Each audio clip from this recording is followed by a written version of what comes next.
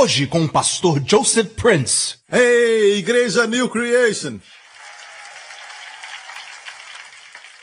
Uma das coisas que eu creio que o Evangelho da Graça faz com você é que você fica generoso. Abre os corações. É o que eu vejo nessa igreja. E por isso, eu te agradeço. Muito obrigado. Principalmente por fazer a pregação do Evangelho mais fácil. Por este testemunho, amém? Não somos perfeitos, somos os primeiros a dizer se está nos visitando. E diz, a igreja está cheia de hipócritas. Deixe-me falar isso. Mais um não vai fazer a diferença. Então venha, venha, venha. Glória a Deus.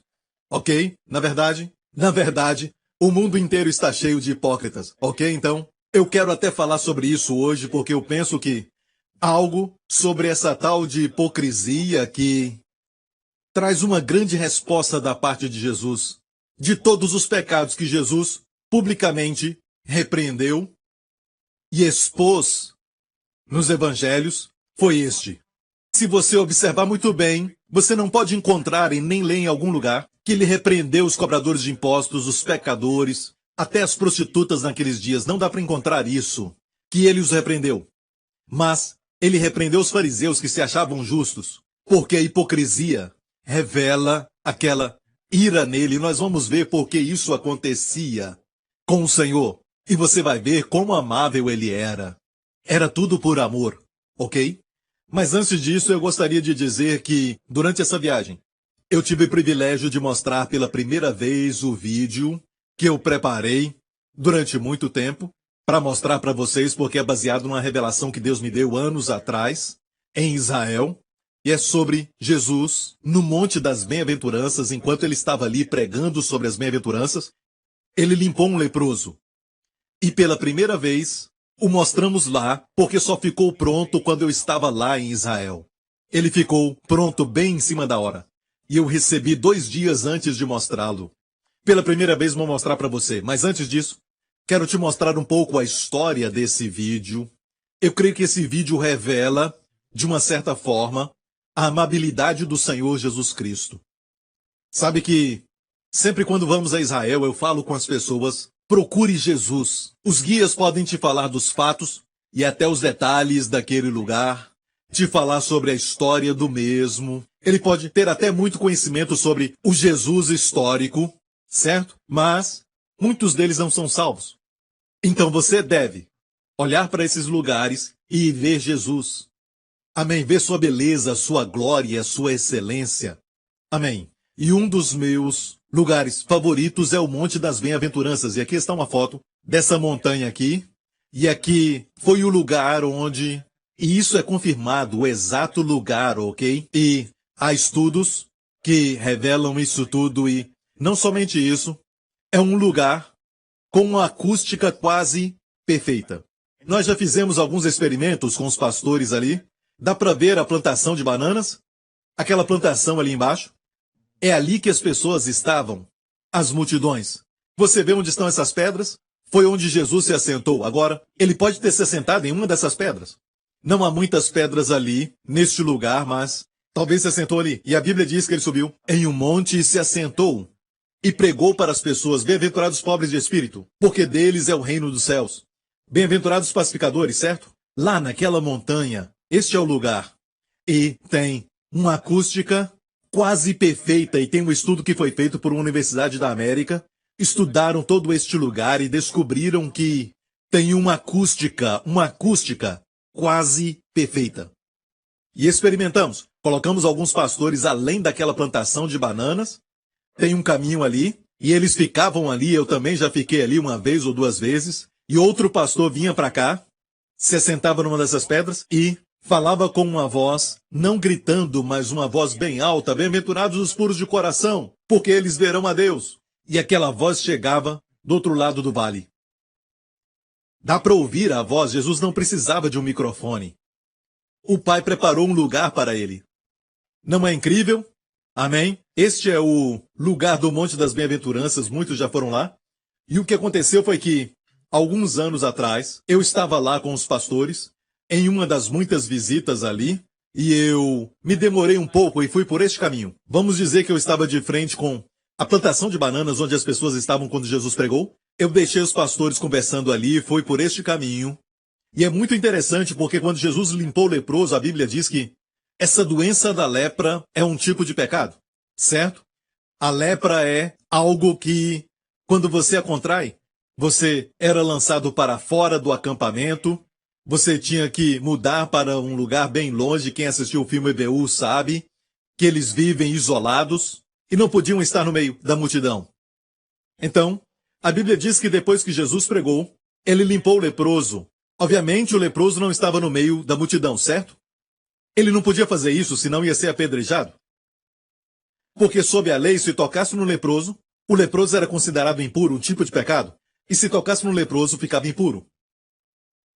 Então, depois que Jesus pregou para as pessoas, e vamos dizer que eu estava de frente à multidão, de frente com as pessoas ali, no Monte das Bem-aventuranças, eu fui para este lado, foi o que eu fiz pela primeira vez. Não pensando em nada, eu somente caminhei naquela direção. E eu descobri que este caminho vai até a cidade de Cafarnaum. O relatório da palavra de Deus nos diz que Jesus foi para a cidade de Cafarnaum. Então esse era o caminho. De frente com a multidão, ele foi para este lado. Ele não foi até as pessoas. Por muito tempo eu pensei que ele tinha ido até a multidão. E olha, no capítulo 8, quando fala que ele terminou o sermão, o capítulo começa dizendo, tendo Jesus acabado o sermão, ele então desceu a montanha, as multidões o seguiram. Eu sempre pensei que ele tinha descido em direção às pessoas, mas se ele tivesse descido por este caminho, a frase as multidões o seguiam não ia fazer nenhum sentido. Porque ele estaria indo até ele. Se eu for até você, você não pode me seguir. Mas se eu for por outro caminho, então você me segue. Então deve ter ido por este caminho. Então, ele foi por este caminho, e eu fui por este caminho, e de repente o Senhor me mostrou uma pedra bem grande do lado, um monte de pedras do lado, e também havia outras pedras naquele lugar, naquele mesmo caminho. E o Senhor me deu então uma visão e uma linda história sobre o leproso. Eu pude ver que o leproso podia ter se escondido atrás da pedra. Então eu olhei para aquela pedra, e onde Jesus talvez ficou, lá em cima, e eu cheguei à conclusão que ele deve ter visto Jesus sem a multidão o ver. Ele deve ter ouvido Jesus sem que as multidões o detectassem. Então eu pensei, o que ele ouviu naquele dia? Qual a parte do sermão que ele deve ter ouvido? Talvez ouviu Jesus falar, olhar para as aves do céu. Porque eles não semeiam e nem colhem, mas o Pai Celestial cuida delas. Não tendes mais valor do que as aves? Eu pude ver um pássaro voando até aquela pedra onde ele estava, assoviando, como que dizendo para ele, por que te preocupas? Tens mais valor do que eu. E Deus me alimenta. Ele vai cuidar de você. Certo? Então, imagina um leproso sem ser tocado por muito tempo, não sabemos quanto tempo. Talvez tenha familiares, um bebê que já cresceu por alguns anos, mas ele não pôde tocá-lo. E também não foi tocado. Vou te mostrar a história, o vídeo. E também quando nós fizemos esse vídeo, eu queria realmente mostrar a beleza do Senhor, do jeito que ele se revelou a mim. O Espírito Santo me mostrou Jesus naquela história, confirmou todas as coisas. Aquela área tinha que ser precisa, ou seja, Jesus de frente com a multidão, indo por este caminho e as multidões o seguiam. Ele curou o leproso antes das multidões chegarem, ou seja, não viram um leproso, mas viram um homem purificado. Não tinha que ser apedrejado, certo?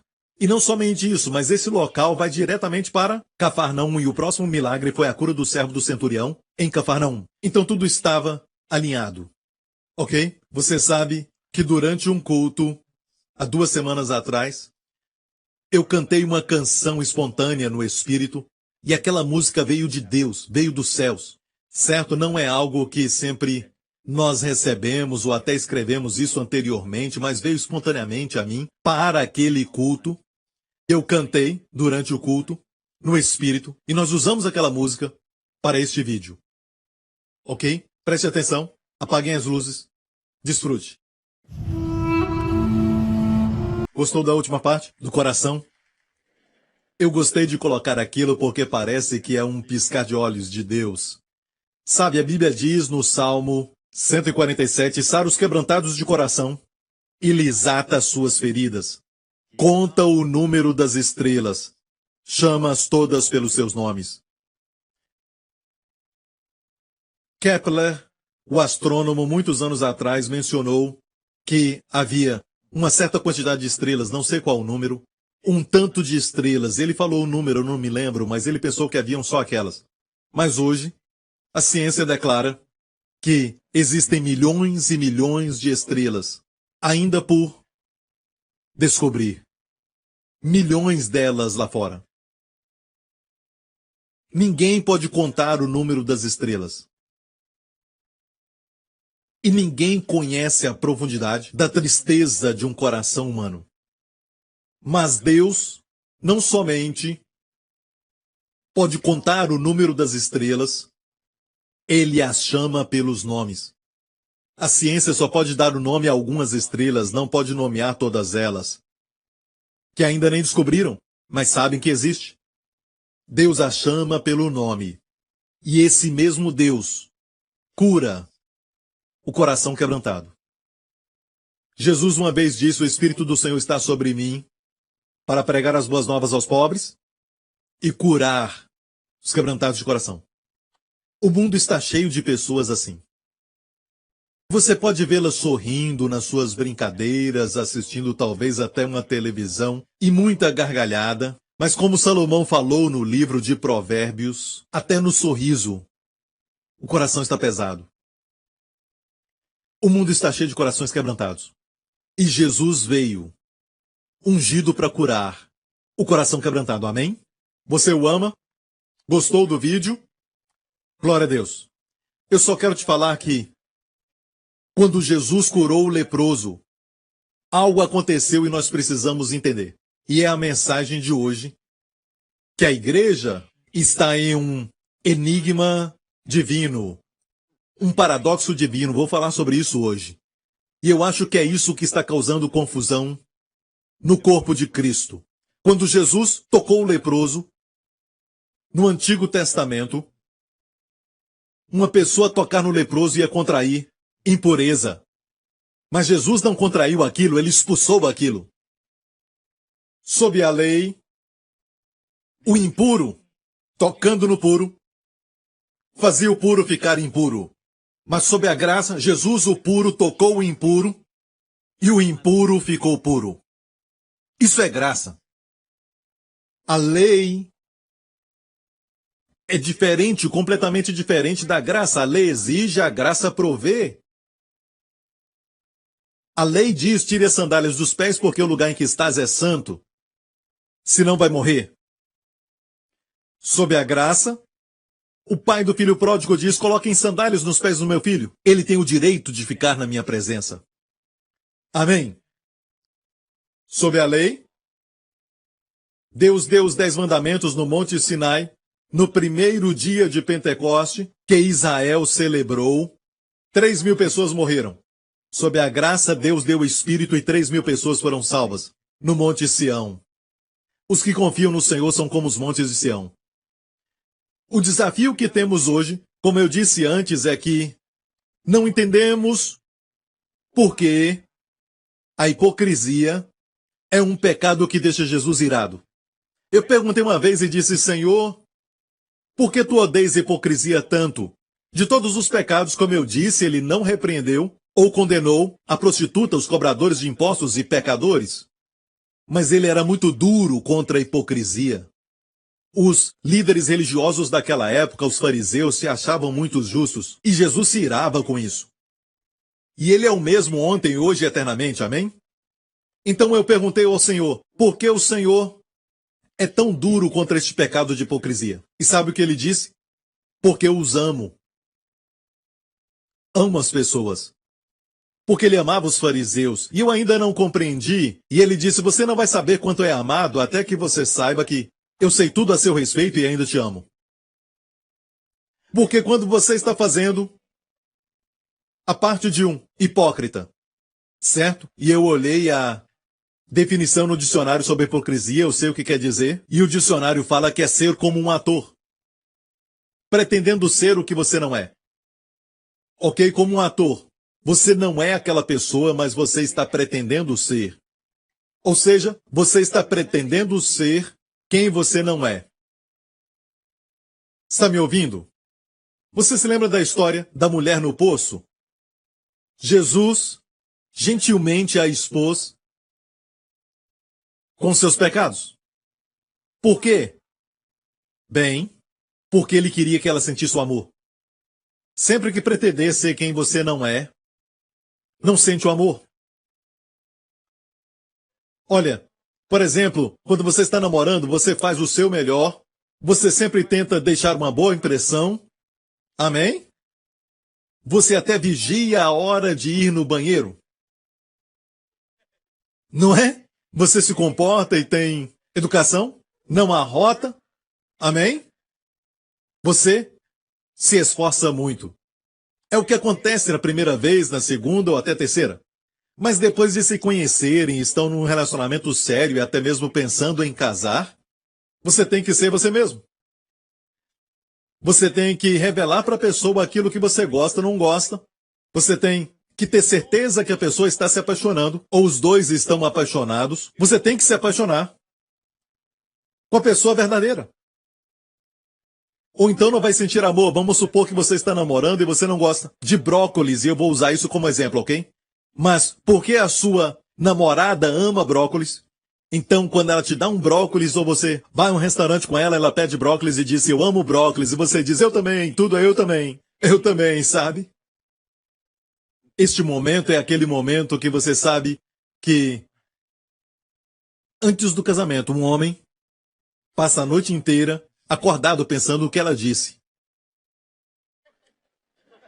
Ou o que ela quis dizer. Depois de casar, ele dorme enquanto ela está falando ainda. Ok? Você sabia essa diferença. Mas voltando aqui. Enquanto está namorando, diz, eu amo brócolis. Mas depois que casa, talvez, uns 2 meses depois, certo, você vai num restaurante ou então em algum lugar ela te dá um brócolis, você, todo dia brócolis? E ela diz, sim, nós amamos brócolis, não é? Certo, a nossa comida favorita. E você diz, não, eu odeio. O quê? Eu odeio brócolis. Não foi o que você disse? Ah, na verdade, eu odeio brócolis desde que eu era criança. Não foi o que você disse? Homens, por favor, nunca discutam com uma mulher que está cansada. E quando está descansada. Então, nunca discuta. Mas o problema, na verdade, não é esse. O problema é que você precisa pensar nisso. O fato é que você não pode sentir o amor se você sabe que a pessoa está se apaixonando por uma imagem. Uma imagem que você projetou. Certo? Aquele não é você. Não estou dizendo que antes de você sair com uma namorada, você coloca uma peruca, coloca um olho de vidro, coloca uma dentadura. Amém? E na noite do casamento, sabe? Eu não estou indo a esse extremo, ok? Mas olha, tudo aqui é real, ok? Exceto este aqui, espera um pouco. Deixa eu colocar. Ok?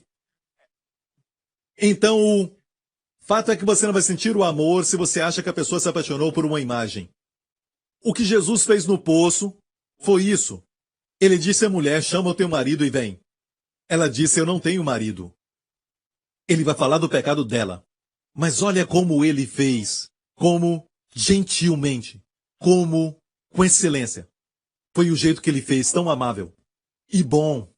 Ele a elogiou primeiro, ele fez um sanduíche. A elogiou primeiro, disse, você tem dito muito bem. No grego, kalos, bonito. Você falou bonito. Você não tem marido. Tiveste 5 maridos. E o que tens agora não é o teu marido. Depois terminou o sanduíche. Nisto, falaste a verdade. Quem fala assim? Nós falaríamos, você tem 5 maridos, não minta. Não é? Certo? Ele a elogiou. Ele disse, você falou lindamente, literalmente lindamente, Kailos, lindamente. Não tenho marido. Tiveste 5 maridos e o que tens agora não é teu. Ele conseguiu elogiá-la. E foi muito gentil com ela. Agora, ela sabe que ele sabe tudo sobre ela e ainda assim a ama. A Bíblia diz que Jesus foi a Samaria, que ele precisava passar por Samaria. Ela era samaritana. Muitos judeus nem passariam por aquele caminho, passariam longe dali. Mas a Bíblia fala de uma forma linda. Ele precisava passar por Samaria. Não era uma necessidade geográfica, mas uma necessidade da graça. Amém? Marcou um horário com aquela mulher, ele queria mostrá-la seu amor. E ele se assentou no poço. Agora aquela mulher sabia, aquela mulher de Samaria, que Jesus sabia tudo sobre ela. E continuava falando com ela, se revelando como o Messias, com amor, conversando com ela. Agora ela sabia que ele sabia tudo sobre ela e ainda a amava. Ela se sentiu amada. Agora ela sabe que ele sabe, que ela sabe que ele sabe. Acha que ela se sentiu amada? É lógico. Nós conversamos com muitos casais, muitas vezes, alguns estão naquela fase da lua de mel e eles ficam, ele é tão amável, ela é tão querida. Vai brigar, vai discutir muito e depois você volta para falar comigo. Estamos na lua de mel. Não, briga primeiro. Na verdade, nós não falamos isso porque eles estão naquela fase de lua de mel, mas sabemos que não brigaram ainda. Mas depois de alguns meses e algumas brigas, eles voltam dizendo, não aguento mais ele ou ela. Não é verdade? Mas ainda amo. Então vamos ver qual é o problema, ok? E ainda amam um ao outro. Depois de descobrir as coisas erradas, um no outro, então você sabe que este é um bom relacionamento de casamento. A razão por que Jesus era duro contra a hipocrisia era porque os fariseus gostavam de mostrar uma fachada, aquela imagem que os impedia de sentir o amor de Deus. É como se eles estivessem querendo pegar um bronze, mas muitas vezes se escondiam do sol. Não, nós precisamos remover todos os véus e todo o disfarce, tudo aquilo que bloqueia a luz do sol. Jesus os repreendia para remover tudo isso, para que eles soubessem que Jesus os conhecia como eram. E ainda os amava. Nicodemos, um fariseu, descobriu isso. Que Jesus o conhecia e ainda o amava. Ele permitiu que o amor de Deus entrasse no seu coração e os outros não. Você está entendendo? Se continuar pretendendo ser o que não é, você não vai sentir o amor de Deus. E o amor de Deus é a única coisa que expulsa todo o medo e te transforma. Amém? Então, em se tratando de entender a lei e a graça, sabedoria, em Provérbios 9, versículo 1 diz, a sabedoria edificou sua casa, ela lavrou as suas 7 colunas. As 7 colunas são 7 coisas que precisamos saber para entender toda a Bíblia e entender os planos de Deus e propósitos para a terra e compreender qual a sua posição, ok? As 7 colunas são as 7 dispensações. As 7 dispensações da Bíblia, e eu já ensinei sobre isso, 7 dispensações. Tem uma mensagem minha. E também as 7 festas de Israel. Jesus morreu num dia de festa e ressuscitou num dia de festa. Existem festas em Israel que ocultam verdades. 7 festas de Israel. E também temos 7 mistérios do reino dos céus que precisamos entender. Em Mateus 13. Também temos as 7 igrejas do livro do Apocalipse. Temos que entender isso, isso tem a ver com a igreja, as 7 festas com Israel. Se entendermos isso, entendemos os planos de Deus e propósitos para os judeus, para os gentios e para a terra. Quando Deus olha para a terra, ele somente vê 3 grupos de pessoas: judeus, gentios e a igreja, feita de judeus e gentios. Só 3 grupos de pessoas. É o que Deus vê. E a Bíblia toda fala sobre os judeus, sobre os gentios, fala muito sobre os judeus, pouco sobre os gentios e também sobre a igreja no Novo Testamento. Você está entendendo? E a confusão acontece quando nós nos colocamos na dispensação errada. O problema é que quando você olha para o Antigo e Novo Testamentos, a Bíblia é dividida nos dois, certo? Antigo Testamento e Novo Testamento.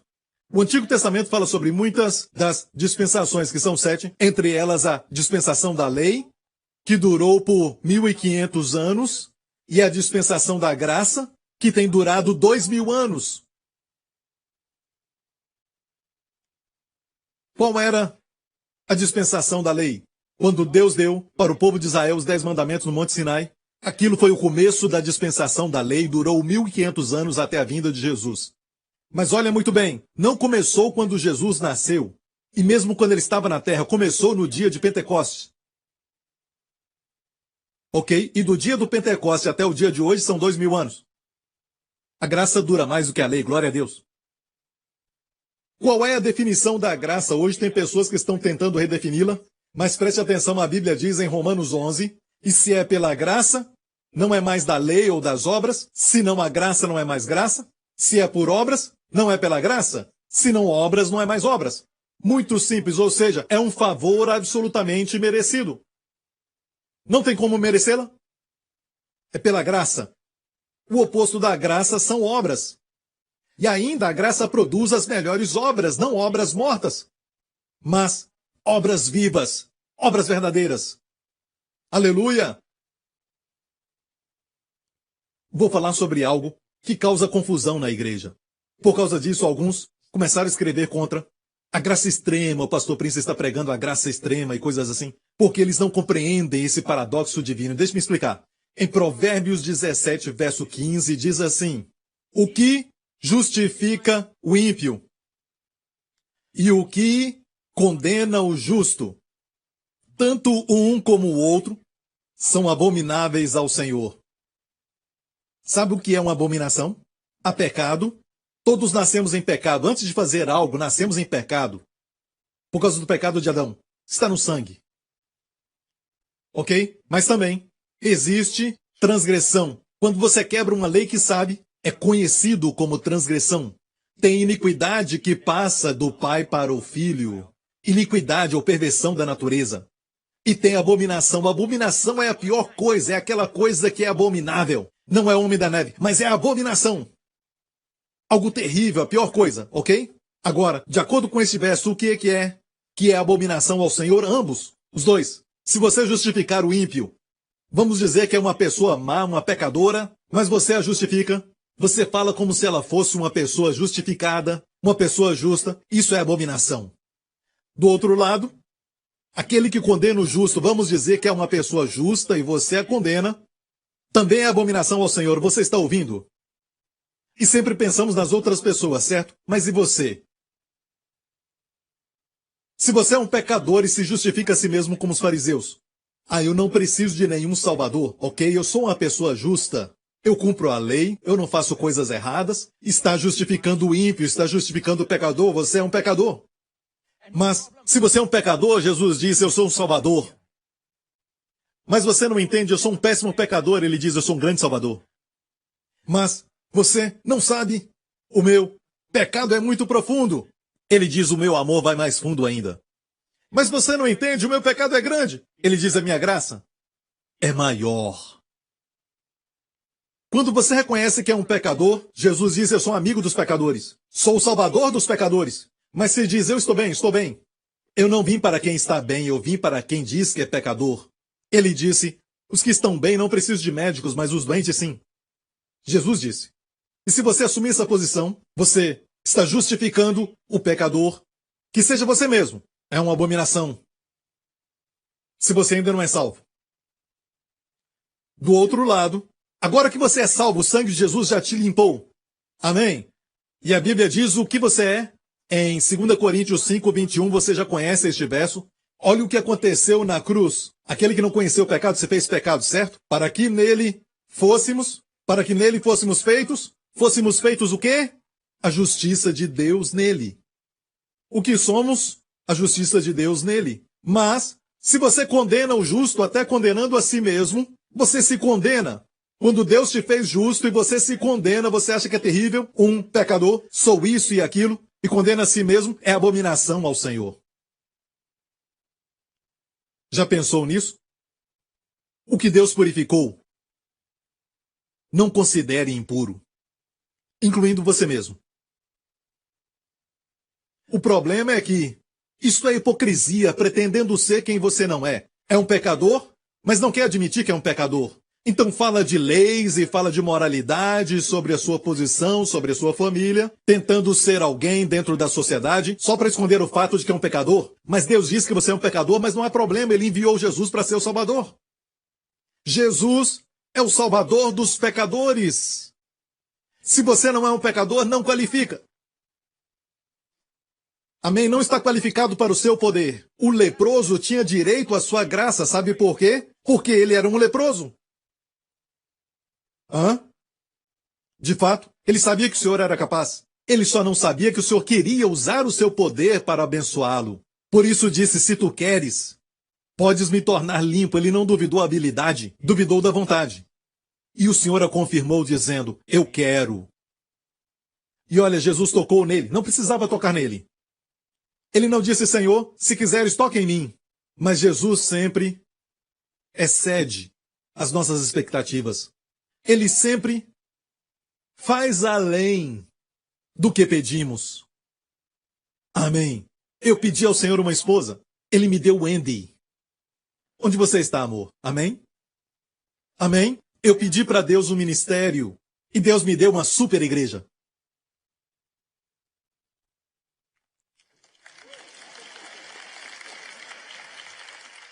Lembre-se sempre que o Senhor sempre faz além daquilo que nós pedimos ou pensamos, segundo o seu poder que em nós opera. Então peça para Ele grandes coisas. Peça coisas maiores e Ele vai além.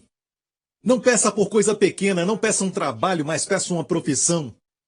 Peça coisas grandes para dar glória a Ele. Dê a glória a Ele. Você o adora quando está pedindo para Ele coisas grandes. Amém. Está me ouvindo, igreja? Então, hipocrisia é pretender ser quem você não é. Havia uma mulher em Canaã. Diga Canaã. Jesus foi para o norte, perto da fronteira com o país do Líbano, onde Tiro e Sidom estavam. A Bíblia diz que ele foi para a região de Tiro e Sidom. Tiro e Sidom eram duas cidades famosas na época de Alexandre o Grande. Eram conhecidas, muito famosas. Uma delas era uma ilha. E como Alexandre a conquistou, aquela ilha ele construiu um tipo de ponte até chegar lá, feito de pedras. E dá para ver as pedras até hoje. Naquele lugar debaixo do mar, dá para ver as pedras. O lugar foi destruído por Alexandre o Grande. Quando Jesus esteve lá, na região do norte, ele foi para aquela região de Tiro e Sidom, que era uma cidade pequena. Uma mulher daquela região era uma cananita, ou seja, não era judia. Não somente não era uma judia, mas os cananitas estavam debaixo de uma maldição. Noé amaldiçoou a Cão especificamente. Noé, quando descobriu que Cão viu a sua nudez, ele amaldiçoou a Cão, dizendo, maldito seja Cão, ele será um servo dos servos. Sabemos que Israel foi chamado a executar juízo sobre os cananeus, porque eles praticavam todo tipo de idolatria e perversões e abominações, e Deus ordenou aos israelitas no Antigo Testamento exterminar os cananeus. Agora aqui nós temos uma mulher cananeia. E ela foi até Jesus. E a Bíblia diz isso, que ela disse, Senhor, filho de Davi, tenha misericórdia de mim, porque minha filha está gravemente endemoniada. Ela disse gravemente, ou grandemente em outra versão. Nessa versão é gravemente atormentada por espíritos. Ela tinha uma filha que estava possessa. Ela foi até Jesus e disse, filho de Davi, Senhor, filho de Davi. Ela estava falando como se fosse judia, mas ela não era, era cananeia. Mas sabia que essa frase, filho de Davi, era muito usada pelos judeus. Agora entenda isso. Deus tem um plano de salvação para o mundo inteiro. Deus amou o mundo inteiro, não era só para a nação de Israel. Que deu seu Filho unigênito para que todo aquele que nele crê não pereça, mas tenha vida eterna. Mas Deus tinha que manter a sua promessa para os pais. Abraão, Isaque e Jacó e as promessas que ele fez para a nação de Israel. Então enviou Jesus Cristo. Enviou Jesus para Israel, para cumprir sua promessa feita aos pais. Amém? Então, quando Jesus veio antes de morrer na cruz, o plano de salvação era somente para a nação de Israel. E os milagres que ele fez foram especificamente para o povo de Israel. Mas alguns gentios também receberam, e eu vou falar o porquê. Não era o tempo deles. Essa cananeia foi a Jesus pretendendo ser uma judia, e ela disse, Senhor, filho de Davi. E essa frase é muito usada pelos judeus sobre o Messias. Mas para nós, fomos salvos quando recebemos a Jesus crendo nele como Salvador. Mas os judeus são salvos crendo nele como Messias. O filho de Davi. Você está entendendo? E olha bem, é por isso que temos, dos 4 evangelhos, Mateus, Marcos, Lucas e João, somente 2 falam sobre a sua genealogia. Certo? Mateus e Lucas. Mateus fala de Jesus como um rei, como um judeu. o rei dos judeus. Amém? E o Evangelho de Lucas apresenta Jesus como o homem perfeito, o Filho do Homem, revela sua humanidade. E é por isso que em Lucas, sua genealogia vai até Adão, o primeiro homem. Mas em Mateus, a genealogia do nosso Senhor Jesus Cristo vai até a pessoa. Mateus 1, versículo 1, fala sobre o Senhor Jesus Cristo, dizendo que Jesus Cristo é o filho de Davi, filho de Abraão. Mas olha, parece que isso está errado. Davi veio depois de Abraão e não Abraão depois de Davi. Mas diz filho de Davi, depois filho de Abraão. Por que Davi veio primeiro? Porque Davi foi escolhido rei pelo Senhor. E da sua linhagem veio Jesus Cristo. E por isso Mateus apresenta Jesus como rei dos judeus. Diz filho de Davi, filho de Abraão. Ele é um rei e é judeu. Da linhagem de Abraão. Esquece isso. Vamos em frente. Certo? E aqui temos essa mulher que foi a Jesus, pretendendo ser judia, o chamando pelo título judeu. Filho de Davi, tem misericórdia de mim. Deus não te abençoa se você está pretendendo. O Espírito Santo é o Espírito da verdade, ele testemunha da verdade. A Bíblia diz que Jesus não falou para ela nenhuma palavra, nenhuma. E ela foi atrás do Senhor e os discípulos disseram, Senhor, por favor, manda ela embora. Ela está nos perturbando. Ela continuou gritando, filho de Davi, filho de Davi.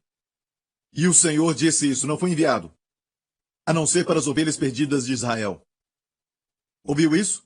Não foi enviado senão as ovelhas de Israel. Por quê? Porque naquele momento na terra, ele tinha vindo para Israel. Se Israel tivesse crido, todos eles seriam salvos. E Jesus reinaria em Jerusalém até os dias de hoje. Jerusalém tem se tornado um assunto sério hoje. Porque quando Jesus voltar no seu reino milenar, depois do arrebatamento, haverá um período de tribulação de 7 anos, ele voltará para reinar, e ele vai reinar de Jerusalém.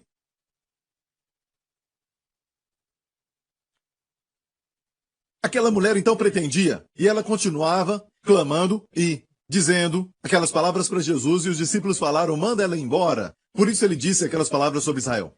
O Senhor me disse isso. Se ele respondesse uma palavra para ela, sabe qual seria? De repreensão.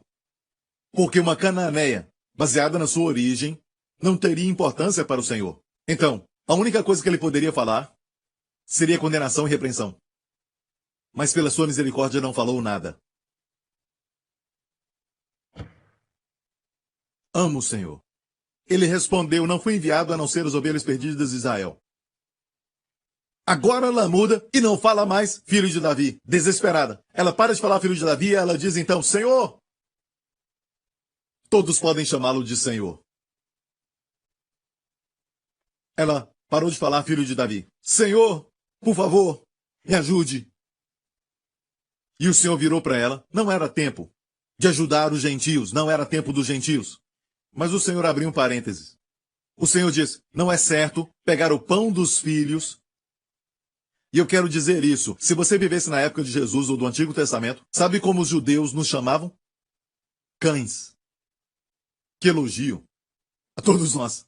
Eles nos chamavam de cães, ok? Os gentios eram cães. E Jesus, então, disse isso para ela. Olha, ele disse, não é certo pegar o pão dos filhos, pão de Israel, e dar para os cachorrinhos. Literalmente não é cães na Bíblia. Umas dizem cães, mas outra versão diz cachorrinhos. É um termo diminutivo da palavra cão, que é cachorrinho. Não era certo, ele mostrou uma figura muito comum para ela. Não é certo dar o pão de Israel, o pão dos filhos, para os cachorrinhos. Agora olha bem quão humilde ela foi. Por sua origem, ela não era importante. Então ela parou de pretender que era uma judia.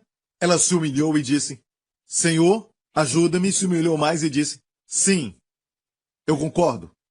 Eu vou dizer que sou um cachorrinho, mas até os cachorrinhos comem migalhas que caem da mesa do Senhor. Jesus disse para ela, mulher, grande é a tua fé. Por causa disso, vá agora. O demônio já saiu da sua filha. Amém. Ela foi e encontrou a menina. Muito bem, o diabo já tinha saído dela. O que houve aqui? Jesus abriu um parênteses para ela. Mesmo não sendo a época para os gentios, certo? Mas ela disse, sim, eu vou tomar o meu lugar. Estou disposta a ser real, vou assumir minha posição. O Senhor disse, isso aí. Entendeu? Olha, ele estava dizendo para os discípulos, vejam, não posso abençoá-la, Ele ficou calado, mas disseram, manda ela embora, por favor. E olha bem o que o Senhor me mostrou. Em essência, dizendo para eles, para os discípulos, eu não posso abençoá-la enquanto ela pretende. Mas eu não posso mandá-la embora sem uma bênção. Abri um parênteses para ela. O que eu quero dizer, igreja, é isso. Não podemos pretender ser o que não somos. Isso é hipocrisia. Você entende isso? Olha para mim. Se você é um pecador, não pretenda ser justo. Falamos Jesus morreu por pecadores e diz, não sou eu. Ei, irmão, o Senhor te ama. Ele morreu por você. Ah, eu não pequei tanto. Você quebrou os 10 mandamentos. Eu não fiz isso. Bem, você cometeu adultério. Não, eu nunca dormi com outra mulher, só com a minha. Você alguma vez desejou outra mulher? Não fale sobre isso. Bem, de acordo com Jesus, é adultério. Amém. Eu nunca matei ninguém. Você já teve ódio por alguém no seu coração? Aquela pessoa que cortou na sua frente desejou que ela morresse? Que ele batesse numa árvore? Bem, de acordo com Jesus, é homicídio. Não fale assim, pastor. Não, na verdade, todos nós somos pecadores. Todos nós pecamos. Eu disse, todos nós somos pecadores. Deus não deu a lei para nos justificar. Deus deu a lei para que pelo conhecimento da lei viesse o pecado e não santidade.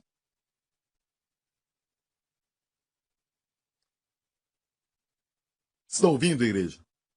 Pela lei vem o conhecimento do pecado. É triste ver alguém tirando versos do contexto e dizendo que Jesus nos ensinou que devemos amar a Deus com toda a alma, toda a força e todo o entendimento. Na verdade, Jesus não ensinou isso. Jesus respondeu isso para eles. Uma pergunta foi feita para Jesus por um dos doutores da lei, dizendo o seguinte, qual é o maior dos 10 mandamentos? E Jesus disse, ouça Israel, é assim que começam os 10 mandamentos. O Senhor Deus é o único Deus e amarás o Senhor de todo o coração, com toda a sua alma, toda a sua mente, toda a sua força. E o segundo é como o primeiro, amarás o próximo como a ti mesmo. Esses são os maiores mandamentos. Nele se resume a lei e os profetas. E o fariseu disse, o Senhor está certo. Correto. Este é o maior mandamento. Jesus então começa a falar sobre o bom samaritano. Eles não amavam nem o próximo. Olha bem isso. Preste atenção. Jesus não está dizendo, tente fazer isso. Ele sabe que não podemos. Nisso se resume toda a lei. Este é o maior dos mandamentos. E a lei foi dada para mostrar ao homem o seu pecado. Então, por 1500 anos, sob a lei, alguém conseguiu amar a Deus de todo o coração, com toda a força, alma e entendimento, até o homem segundo o coração de Deus, Davi, errou. Depois de 1500 anos, Deus disse, basta. Agora Deus envia o seu Filho que nos ama de todo o seu coração, força, alma e entendimento, e deu a sua vida por nós. E agora nós o amamos, porque Ele nos amou primeiro. E Deus nos deu pregadores e mestres, ministros no púlpito, que vão revelar o amor de Deus ao povo, não dizendo que devemos cumprir a lei e amar a Deus, mas declarar o amor de Deus, revelar o amor de Deus. E proclamar a beleza e a excelência e toda a glória do nosso Senhor Jesus Cristo. Por isso temos o Espírito Santo. E ensinar, faço mal, recebo mal. Faço bem, recebo bem. Não preciso do Espírito Santo. É fácil pregar assim.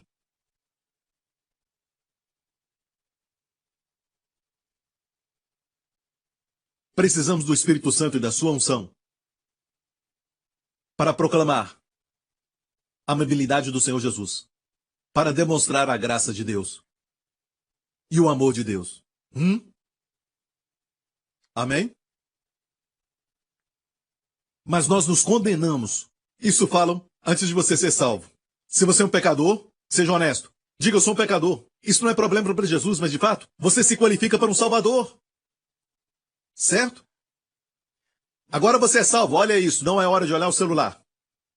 Você viu? Eu me mexi. Agora somos salvos, mais uma vez. Ok? Eu estou me movendo. Não, eu girei no mesmo lugar, ok. Mexer, ok? Agora você é salvo pelo sangue de Jesus. Você é salvo? Todos que são salvos gritem aleluia. Diga glória a Deus.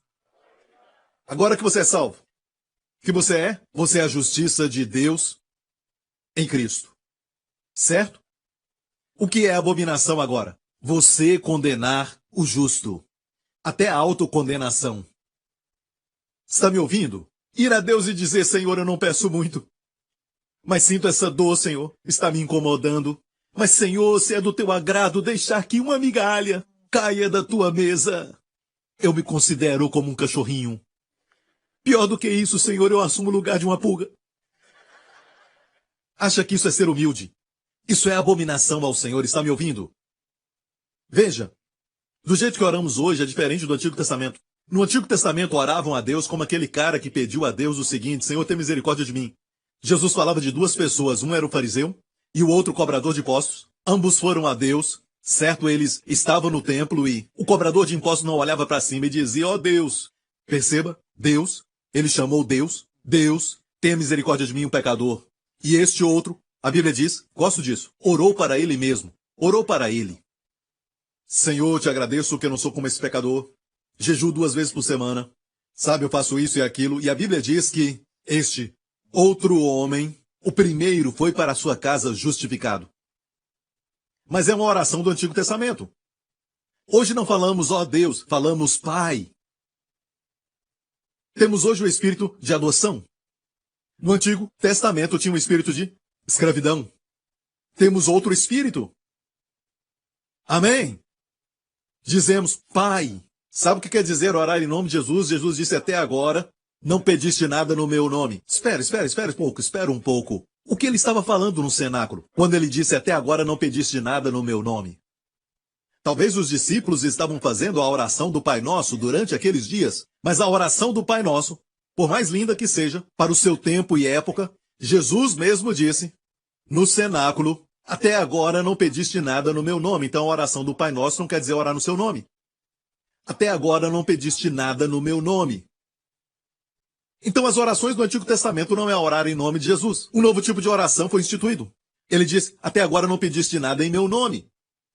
O que é pedir em nome de alguém? O que é fazer negócios em nome de alguém? Quer dizer que você é o seu representante. Certo? Ou seja, quando orar deve saber que você tem a mesma posição como Jesus diante do Pai. Não somente isso, mas é amado da mesma forma que Jesus é amado. A Bíblia não fala que é menos. Você é amado da mesma maneira que Jesus é. João 17. Porque tu os amaste como me tens amado, Jesus disse. Não somente isso, mas você é aceito diante do Pai com a mesma aceitação que Jesus é aceito. Agora você está no seu nome. É assim que você ora. Orar em nome de Jesus não é somente terminar a oração com em nome de Jesus. Mas é saber que você tem essa posição hoje. Saber que Deus é o seu Pai. Você tem uma família. Agora você tem direito ao pão dos filhos. Você pode comer o pão dos filhos. O desafio que temos é quando as pessoas não conseguem entender isso. E dizem, Pastor Prince, você está dizendo que ninguém tem mais pecado? Não, mas não disse isso. Ninguém é perfeito, não somos perfeitos. Ainda temos uma necessidade, precisamos crescer, sim, precisamos crescer. Precisamos aprender as coisas de Deus, a como conduzir o nosso casamento. Precisamos aprender a também conduzir algumas áreas da nossa vida e andar como Deus quer que andemos. Sim, isso é crescer. Mas no momento que você é salvo, você é a justiça de Deus em Cristo. Isto é um presente e nunca será tirado. Para você dizer essas coisas de si mesmo, até dizer eu sou um pecador, é errado, é uma abominação. Da mesma forma que quando era um pecador diria, eu estou bem, está tudo bem. É uma abominação, você não está bem. Você precisa do Senhor. Está me entendendo? Então, hipocrisia é pretender ser o que não é. E o diabo é muito astuto, ele não ataca aqui, ele não fala aos pecadores, você é um hipócrita, ele não fala isso aos pecadores. Não, ele fortalece isso, você está bem. Não precisa de salvação. Você não é tão mal como os terroristas, você não é tão mal como as pessoas ruins, as pessoas na televisão. Você não é tão ruim. O diabo fala isso. Ele encoraja a hipocrisia. Sabe quem ele ataca? Este lado aqui. Olha para mim agora. Seu celular é como uma namorada, sabe? É difícil não olhar. É a primeira coisa que você vê de manhã, verdade? E a última coisa que você olha à noite. Toma prioridade até das pessoas amadas. Pode estar na sua frente o seu pai, a mãe. Você olha para o celular. Quando faz um pim, você olha. Senão vai sofrer de MDFD. É uma doença chamada MDFD, medo de ficar desatualizado. Quero saber quem é. Gabriel de novo. Termine esse namoro. Não quebre o celular, guarde em algum lugar. Ah, pastor, eu estava procurando os versículos. Eu estava procurando. Ah, sim, tudo bem. Eu queria que você visse que eu tinha me mexido. Como a diferença de Monte Sião para Monte Sinai. Eu saí deste lugar agora e eu fui para este lugar. O diabo não vai acusar o pecador que pretende ser um justo, que ele é um hipócrita, não vai dizer isso. Ele ataca o cristão. E dizer, como você diz que você é justo? Olha o seu comportamento e o seu pensamento agora mesmo. Sabe de algo? Você é um hipócrita. O que é ser hipócrita? Pretender ser o que você não é. Quando você acha que é justo, você ora pelo enfermo. E quando alguém vai até você, até um descrente, e diz, eu não sei o que fazer, posso orar por você? Deus vai me ouvir. Você ora com confiança. Você não diz, talvez Deus vá ouvir ou não. Você não ora como Deus estivesse distante. Ô Senhor, tenha misericórdia do meu amigo aqui. Deixe que uma migalha venha e caia. Desse jeito. Esse tipo de oração que todos nós já fizemos um dia não funciona. Não recebemos com uma oração assim. Quando eu oro pelo enfermo, eu tenho pecado. Mas não oro, ó Deus, quem sabe. Não tem que ser assim. Eu sei que você tem uma dor agora mesmo, mas você vai ser curado em nome de Jesus. Agora mesmo. Receba. Isso está definido, não é baseado em probabilidades de alguma coisa que pode acontecer. A Bíblia não diz isso. A Bíblia fala de coisas certas. Está escrito para que saibas que tens a vida eterna. Isso está escrito para que saibas, não uma probabilidade. Um pastor disse certa vez, ninguém sabe se é salvo ou não, até encontrar com Jesus. Nem eu sei se eu sou salvo. Então saia do púlpito e deixe o púlpito para as pessoas que sabem que são salvas. Pelo amor de Deus, basta! Já existem bastante probabilidade no mundo, está cheio de teorias e probabilidades, e conjecturas e tudo mais. Deus nos dá uma posição firme para permanecermos. E nada é mais certo do que a palavra de Deus.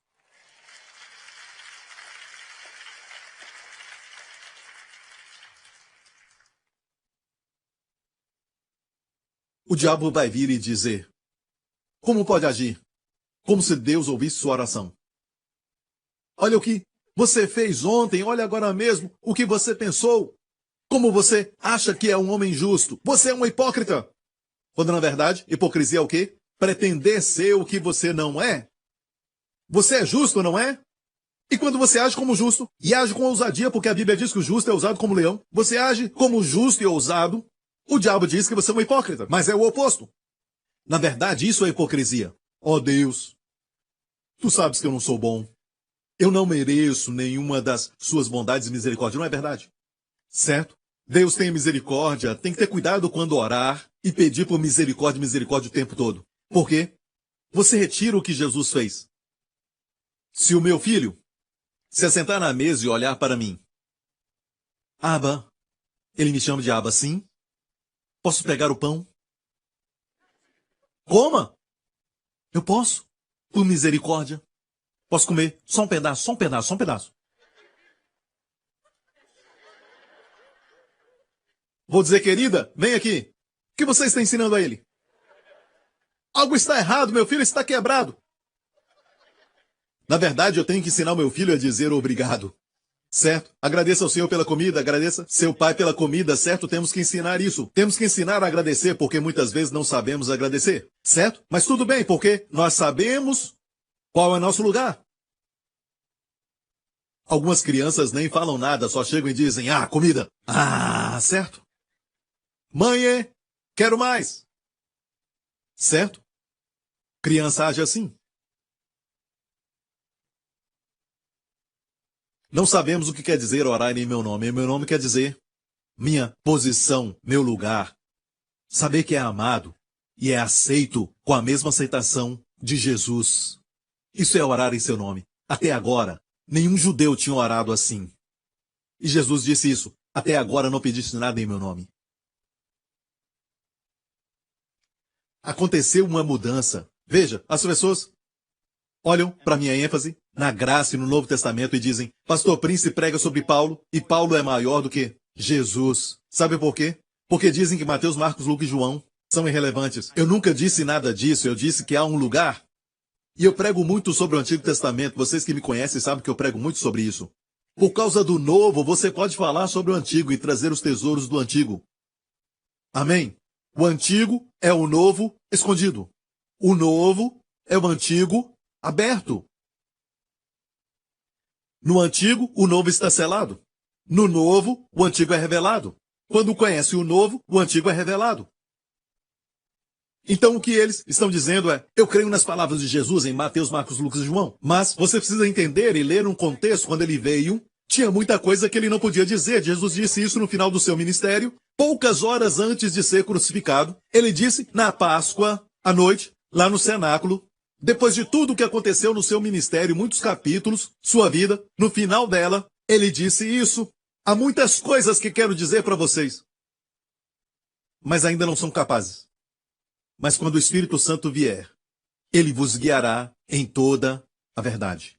Ou seja, as palavras de Jesus até o Sermão da Montanha devem ser interpretadas. São para nós, sim, mas devem ser interpretadas à luz do conhecimento de que Jesus pregava aos judeus. Como, por exemplo, quando Jesus falou isso à mulher cananeia, não fui enviado senão às ovelhas perdidas de Israel. Isso se aplica hoje? De forma alguma. Agora foi enviado ao mundo. Sua salvação é para o mundo inteiro. Estou certo? Então, por exemplo, antes da cruz, antes de morrer, Jesus disse: devemos perdoar, se quisermos ser perdoados, para que o Pai possa nos perdoar. Estou certo? Ah, você não responde. Não quer falar, eu não falo. Ok, vou tentar de novo, mais uma vez.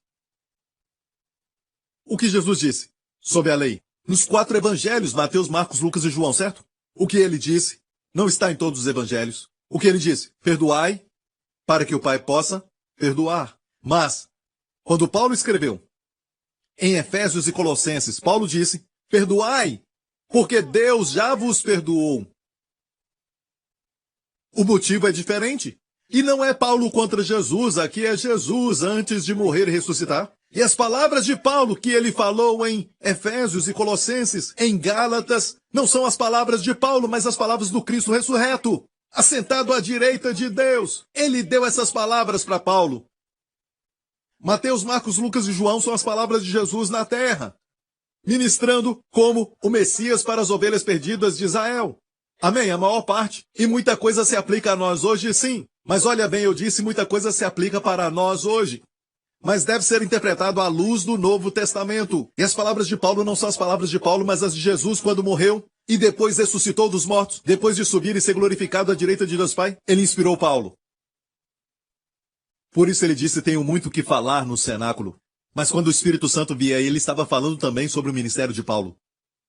Vai revelar a vós as verdades que não podeis receber agora. Então a ênfase é essa. Mas olha, muito bem, o que eu quero dizer, porque quando digo a ênfase aqui não quer dizer que eu ignoro o Antigo Testamento, que eu ignoro Mateus, Marcos, Lucas e João. Não, eu ensino muito sobre Mateus, Marcos, Lucas e João, eu ensino muito no Antigo Testamento e até falei sobre o propósito de Mateus e Lucas. Mas quero dizer que quando você entende o Novo Testamento, você entende a Nova Aliança e descobre os tesouros do Antigo. Ok? Então por que perdoar hoje? Sob a lei, se não perdoasse, não era perdoado. Isso é verdade? Sob a lei, sim. Mas algumas pessoas têm o costume de dizer, se Jesus falou isso, sabe de uma coisa? Eu quero fazer isso, mas tenho raiva da minha sogra. O que fazer? Você perdoa o tempo todo, mas pela lei vem o conhecimento do pecado. Mas hoje, quando você vê o quanto Deus te ama e o quanto Ele tem te perdoado, olha, você perdoa. Por quê? Porque Deus já te perdoou.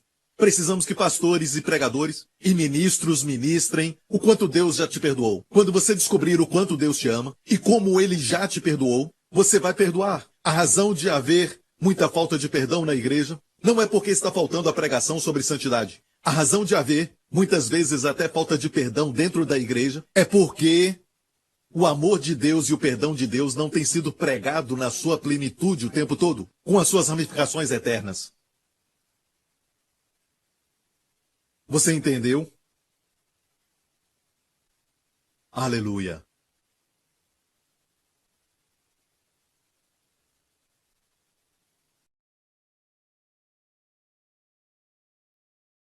Quantos de nós oramos e falamos, Pai, Deus ouve a oração? Você até pensa, eu tenho que ter cuidado com a minha oração, porque eu sei que Deus vai ouvir. Se sente assim, ou sente, Pai, Pai, Deus. Queremos impressionar alguém? El Shaddai, El Elyon, sabe? Conhecer os nomes de Deus é muito bom e eu ensino sobre isso. Isso está no Antigo Testamento. Os nomes de Deus estão ali. Eu creio que ainda se aplica aos dias de hoje, sim. Mas o nome que Jesus revelou para nós é Pai. Como o garoto no vídeo dizendo, Abba. Só aí já é uma oração. Vai direto no coração. Quando clama, Abba. Meu filho me chama de Abba. Isso porque eu ensinei muitos anos atrás, lendo o Novo Testamento. Recebemos o Espírito de adoção pela qual clamamos Abba Pai. Eu pensei, meu filho me chamando de Abba, quando ele ler a Bíblia onde diz Abba, ele vai pensar em mim e vai sentir o amor de pai, sabia? Eu perguntei para ele, qual mensagem devo pregar? Amanhã. Eu já tinha uma mensagem. Olhou para mim e disse pela primeira vez, Paulo. Fala de Paulo geralmente é Elias, Jonas, sabe? Moisés. Pela primeira vez falou de Paulo e eu queria pregar sobre o que Deus falou para Paulo. Agora eu tenho uma pergunta. Sabe? Quem foi salvo primeiro? Foi o apóstolo Paulo ou o apóstolo Pedro? Ah, é? Você não quer falar comigo? Foi Pedro salvo primeiro ou Paulo? Quem foi salvo primeiro? Pedro, certo? Ok, para os ingleses. Peter. Ok, Pedro foi salvo primeiro. Paulo foi salvo depois quando Jesus ressuscitou dos mortos. Paulo foi transformado quando ele caiu do cavalo, literalmente, a caminho para Damasco, certo? O Senhor apareceu para ele do céu. Então, Pedro foi tocado pelo Jesus que estava na terra. Mas Paulo, no seu primeiro encontro com Cristo, foi com Cristo ressurreto e glorificado. Ok? Então, olha isso. O que constitui andar ou não andar de acordo com o Evangelho? Vou te mostrar algo que parece tão simples, mas foi colocado no Evangelho para nós olharmos. Ou melhor, nas cartas de Paulo. Uma ocasião onde Paulo, que foi salvo depois de Pedro, repreendeu Pedro. Paulo repreendeu Pedro, uau! Em uma ocasião, Pedro cometeu um tipo de grande pecado, vendo pornografia. Estava batendo em alguém. O que ele fez? Ele fez? Ele bateu na sogra dele porque ela foi curada? Qual foi o problema? Foi sobre comida. Vamos ler a história. Certo, em Gálatas, e vamos ver uma verdade aqui. E chegando Pedro a Antioquia, Paulo está escrevendo, e chegando Pedro a Antioquia, lhe resisti na cara, porque era repreensível. Porque antes que chegassem, alguns da parte de Tiago comia com os gentios. Entenda isso. Alguns tinham sido enviados por Tiago, que era o líder da igreja em Jerusalém. Certo? O irmão de Jesus, o irmão de sangue, mas depois que chegaram se foi retirando. E continua dizendo, se apartou deles, temendo os que eram da circuncisão. E outros judeus também dissimulavam com ele, Pedro, isso era hipocrisia. De maneira que até Barnabé se deixou levar por isso. Mas quando vi que não andavam bem direitamente conforme a verdade do Evangelho, disse a Pedro na frente de todos, se tu, sendo um judeu, vives como os gentios e não como um judeu, por que obriga os gentios a viverem como os judeus? Nós somos judeus por natureza e não pecadores dentre os gentios, sabendo que o homem não é justificado pelas obras da lei, mas pela fé em Jesus Cristo, não por obedecer à lei. Temos também crido em Jesus Cristo para sermos justificados pela fé em Cristo e não pelas obras da lei, porquanto pelas obras da lei nenhuma carne será justificada. Entendeu isso? Sabe qual era a ocasião aqui? Comida. Comida. Aquele bacon. Eu acho que Pedro estava comendo alguma comida com os gentios. E ele ouviu alguém dizer, ei, Tiago está vindo com os irmãos de Jerusalém. Ai, meu Deus, espera aí um pouco. Colocou uma roupa. Sabe? E ele se apartou dos gentios. E isso é hipocrisia. Está ouvindo, igreja? Mas o que realmente falou comigo foi essa frase no verso 14. Mas quando vi que não andavam bem direitamente conforme a verdade do Evangelho, até mesmo quando você está comendo, se você agir como estivesse ainda sob a lei, ok? Ah, eu não como carne de porco. Se não comer por uma questão de saúde, tudo bem. Não como porco porque a lei diz assim, e não como. Não, amigo. Agora você, por causa de comida, se colocou debaixo da lei. Olha, o fato é este. Nem com comida podemos comprometer. Em outra versão que eu gosto, diz assim: em vez de falar diretamente, diz: quando vi que não estavam andando de acordo com a verdade do Evangelho de Jesus Cristo. Andar diretamente, isso é a verdade, porque no grego é a palavra que diz diretamente ortopidos, ortopédico. De onde tiramos a palavra ortopédico? Suas pernas, andando. Por isso diz, não andam direitamente. O que é andar direitamente de acordo com o Evangelho? Isso é importante. Há uma promessa no Antigo Testamento que diz, Deus não reterá nenhum bem para aquele que anda retamente. Deus não reterá coisa alguma para aqueles que andam retamente. Certo? O que é andar direitamente hoje? Andar de acordo com as verdades do Evangelho. Agir como sendo justo quando ora. Amém? Não é justiça própria. Justiça própria vem quando não aceitamos a justiça que Deus dá. Então você tem que fabricar a sua própria justiça, é o que os pecadores fazem.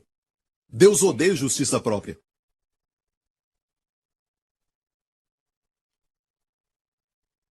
Andar direitamente é crer que é amado, crer que os seus pecados foram perdoados, crer que quando você ora, você está tão perto de Deus, que é como se Jesus estivesse orando. Isso é orar em nome de Jesus. Isso é andar direitamente. Mas alguns fazem a oração do Antigo Testamento. Oh Deus! Oh Senhor! Ouve a minha oração, Senhor! Ouve a minha oração! É uma abominação, porque você está agindo como um pecador, pedindo por sua misericórdia. Não estou dizendo que nós não recebemos misericórdia. A Bíblia diz, entrando com ousadia para obter graça e misericórdia. Ainda precisamos da graça e misericórdia hoje. Certo? E nas necessidades diárias nós precisamos ainda disso. Mas estou mostrando quem você é diante de Deus e que você não pode se aproximar mais dele porque você já está em Cristo. Amém? Isso não é bom? Agora, eu já estou terminando, mas quero te mostrar algo. Há uma confusão. Hoje, pregamos sobre o pecado para os crentes, os cristãos, para os justos. E também existem algumas mensagens que é para pecadores, pregamos para os crentes. Então os crentes nunca se livram da consciência do pecado. Pregamos a lei para os crentes. Pela lei vem o conhecimento do pecado. E o crente nunca atinge a plenitude. Eu vou terminar com isso. Isso é muito importante para você. A Bíblia diz que Jesus se ofereceu como sacrifício na cruz. Quantos creem que Jesus se ofereceu uma vez por todas? A Bíblia fala sobre isso. Por um sacrifício. Hebreus 10, 11. E assim todo sacerdote aparece cada dia ministrando e oferecendo muitas vezes os mesmos sacrifícios. No Antigo Testamento, o sacerdote ficava em pé. Aparece cada dia, diga cada dia. E oferecendo muitas vezes, diga muitas vezes, os mesmos sacrifícios que nunca podem tirar os pecados. Mas este, Jesus Cristo, havendo oferecido para sempre um único sacrifício pelos pecados. Diga, para sempre um único sacrifício pelos pecados, 3 vezes. Vamos lá, um sacrifício.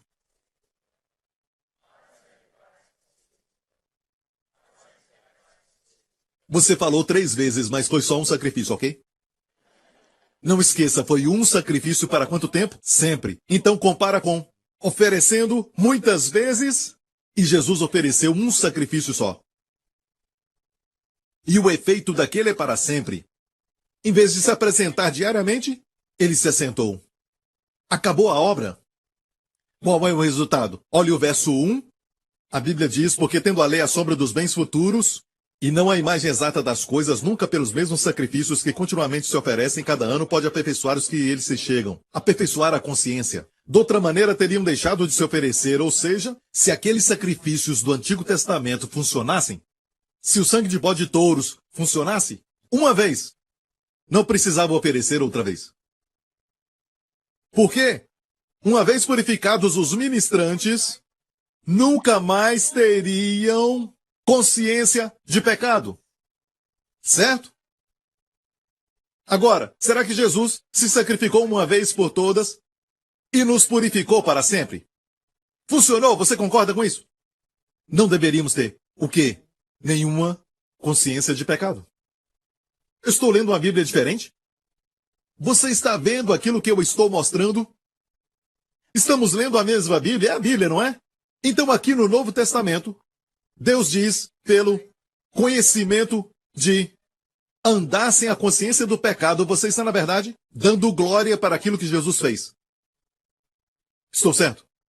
Mas no Antigo Testamento, para o pecador, se ele se gloriasse dizendo, sabe de uma coisa, eu estou bem, eu estou indo muito bem, eu não sou um grande pecador, então fale com ele sobre a lei, mostra para ele a lei. Você nunca cometeu adultério? Diga a ele. Desejou uma mulher? Ele diz, eu nunca matei ninguém, mas você já odiou. Estou certo? Pela lei conhecemos o pecado. Então, sob a lei, você deve fazer com que a pessoa tenha consciência do pecado para descobrir que eles precisam de um Salvador. Este é o propósito para os profetas do Antigo Testamento, levar as pessoas a conhecerem sua situação.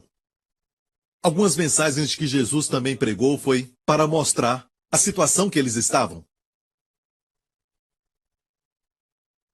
Sob a graça, ter consciência do pecado é dizer, o pagamento não foi feito.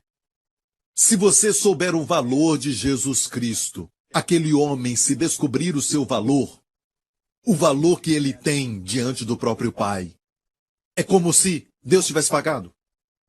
Certo, o amor de Deus pagou para a justiça de Deus. Devemos a Deus. Por causa do pecado, devemos a Deus. A reverência, a obediência, a santidade, o seu lugar como Deus. Nós, como seres criados, devemos a Deus, o roubamos da sua glória. Mas em vez disso, certo? Jesus veio e pagou para Deus. Por causa do seu valor. Era um pagamento de 1 milhão para... Na verdade, é uma ilustração ruim, ele vale muito mais do que isso. Ok? Para o seu pecado de $100.000. Ele pagou a mais. Na verdade, Deus teve um lucro com isso, pelo que Jesus fez. É por isso, no Novo Testamento fala muito mais, muito mais. O que Jesus fez é muito mais do que Adão perdeu.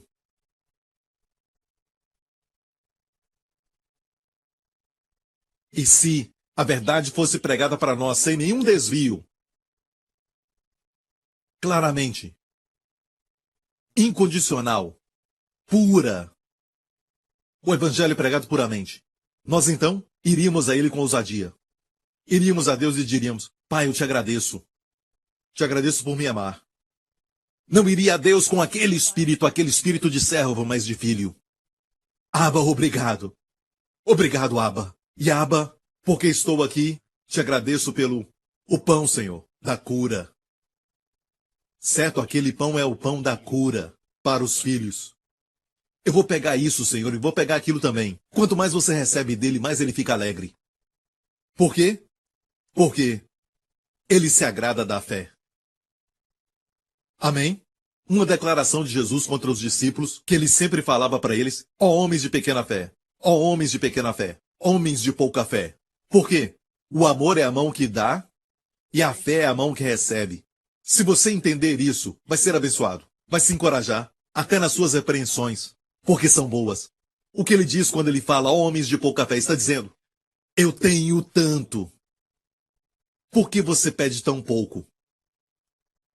Eu sou tão capaz, eu tenho tanto. Por que você confia tão pouco?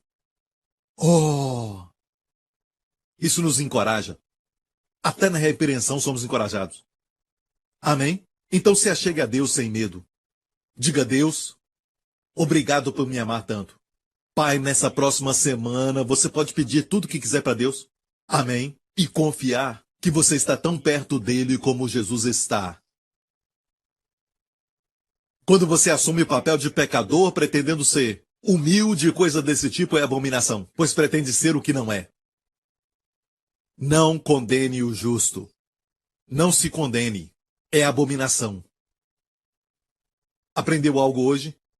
Dê glória a Deus. E louvor. Amém. Aleluia. Obrigado, Senhor. Então agora mesmo eu vou fazer uma oração em nome de Jesus por você, para que nesta semana Deus faça algo tremendo na sua vida, e eu creio que há uma revelação no meu coração.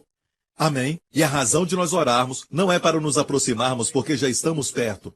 Você tira proveito da sua posição de influência até mesmo com Deus, o seu Pai. Amém? Assumindo a posição como filhos e filhas. Quando adorar, declare o seu amor e o valor daquele que você adora porque você está perto dele. Mais próximo do que Daniel, mais próximo do que Elias, mais perto do que Davi, mais perto do que Eliseu, mais perto do que Moisés, mais perto do que Jonas, você, mais próximo do que qualquer um do Antigo Testamento. Por isso Jesus disse que o menor no reino de Deus é maior do que João Batista, que é maior do que os profetas. Sua posição é maior do que os profetas do Antigo Testamento. Você é filho, eles são servos. Os filhos de Deus usam a posição. Amém? Quando ora, sabe disso? Faça isso agora mesmo, pratica a posição de filho. Quero falar para você que está aqui hoje e diz, Pastor Prince, não sei se eu sou salvo, eu não sei se eu sou filho de Deus, amigo. Você é a pessoa para quem Jesus veio. Jesus te ama tanto e você só tem que reconhecer que é um pecador. Não pense o contrário, não passe por experiências ruins até saber que você é um pecador. Amém? Mas se disser que é um pecador, Jesus diz, não há nenhum problema, eu sou o Salvador, eu morri pelos pecadores. Assim você nasce de novo e assim se torna um justo. Confessando primeiro, sabendo que é um pecador. Eu sou um pecador. Se este é você, onde você estiver, faça essa oração comigo. Diga, Pai Celestial, faça essa oração comigo. Diga, Pai Celestial, sou um pecador, mas te agradeço, porque Cristo morreu por pecadores. Naquela cruz, Jesus tomou os meus pecados, carregou meu juízo e morreu no meu lugar, e o ressuscitaste dos mortos. Obrigado, Pai. Jesus Cristo é meu Senhor e Salvador. E tu o ressuscitaste para a minha justificação. Obrigado, Pai, em nome de Jesus. Pai, eu te agradeço, amém, eu te adoro, aleluia. Fique em pé para ser abençoado. Quando eu te abençoo, não te abençoo de uma forma para que Deus acalme a sua alma, sabia? Quando alguém te pedir uma oração dizendo, ore por mim, pelo meu problema, diga, posso orar por você? E ele diz, sabe, é muito bom às vezes orar, é muito bom receber oração. Você diz, não é nada disso. Eu vou orar para que Deus faça o milagre. Deus vai fazer o milagre, estou orando por isso. Isso vai abrir muitas portas, amigo. O mundo busca por certezas. O mundo está desejando coisas certas. Amém? Podemos fazer isso, tendo certeza que Deus nos ama. Conhecemos e cremos no amor de Deus por nós. Obrigado, Senhor Jesus. Levante as suas mãos aqui neste lugar e onde você estiver assistindo. Filhos e filhas do Deus Altíssimo. Estamos nos desenvolvendo e crescendo, sim. Estamos aprendendo para sermos santos, vitoriosos. Mas enquanto fazemos isso, não se esqueça, você já é justo aos olhos de Deus, com a justiça do próprio Deus, em Cristo. Quando orar, não se sinta distante. Isso é hipocrisia, é abominação. Quando orar, diga, Pai, eu sei que tu estás perto. Sinta o seu abraço. Quando orar, diga, Pai, pense como um filho pedindo e não um servo pedindo. Nem mesmo como profeta do Antigo Testamento. Não é o mesmo relacionamento. E saiba que você é amado com o mesmo amor com o qual o Pai amou Jesus. Amém. Vai fazer isso de hoje em diante? Que o Senhor te abençoe nessa semana e a sua família. Que o Senhor te abençoe a todos os seus amados. Que o Senhor resplandeça o seu rosto sobre ti e que o Senhor mesmo te guarde e te proteja aos seus familiares. Durante essa semana te preserve de todo mal, perigo e de toda ameaça. Que o Senhor levante o seu rosto, seu lindo e perfeito rosto sobre ti. Sorria para você durante essa semana. E conceda a você e aos seus amados sua shalom, paz, bem-estar e saúde em todas as áreas da sua vida. Em nome de Jesus. E todos digam amém. Deus te abençoe. Obrigado por sintonizar no programa de hoje. Esperamos que tenha sido uma bênção para a sua vida. Para mais informações sobre o programa da Igreja New Creation, acesse o site ncctv.org.sg. Lá você poderá se inscrever para receber um devocional diário do pastor Joseph Prince. Seja incentivado e fortalecido todos os dias e saiba o quanto Deus lhe ama através desses devocionais. Acreditamos que seu dízimo pertence à igreja que você frequenta e oramos para que você seja grandemente abençoado, altamente favorecido e profundamente amado.